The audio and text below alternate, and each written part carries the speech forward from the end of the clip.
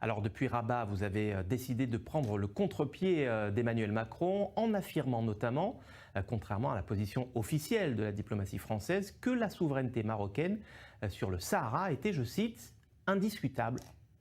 Absolument, c'est une position qui n'est pas nouvelle, chez moi en tout cas. Je l'ai déjà exprimée il y a plusieurs mois.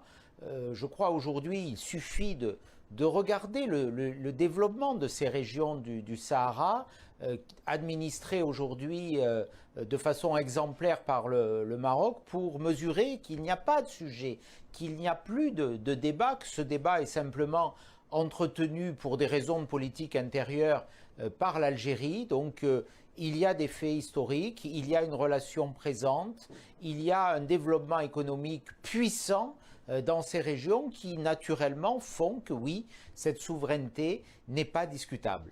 Ça veut dire que si Éric Ciotti devient président de la République, la France reconnaîtrait immédiatement la marocanité du Sahara, comme l'ont fait les États-Unis en 2020 ? Absolument. Alors reconnaître la souveraineté marocaine sur le Sahara, c'est risquer également de fâcher l'Algérie et de perdre peut-être aussi un allié énergétique important pour la France. Écoutez, on a fait beaucoup de concessions à l'égard de l'Algérie et je vois que très peu de retours. J'entends et j'écoute des messages souvent très agressifs, très hostiles à l'égard de la France, malgré les gestes répétés et quelquefois déplacés qui ont été effectués vers l'Algérie.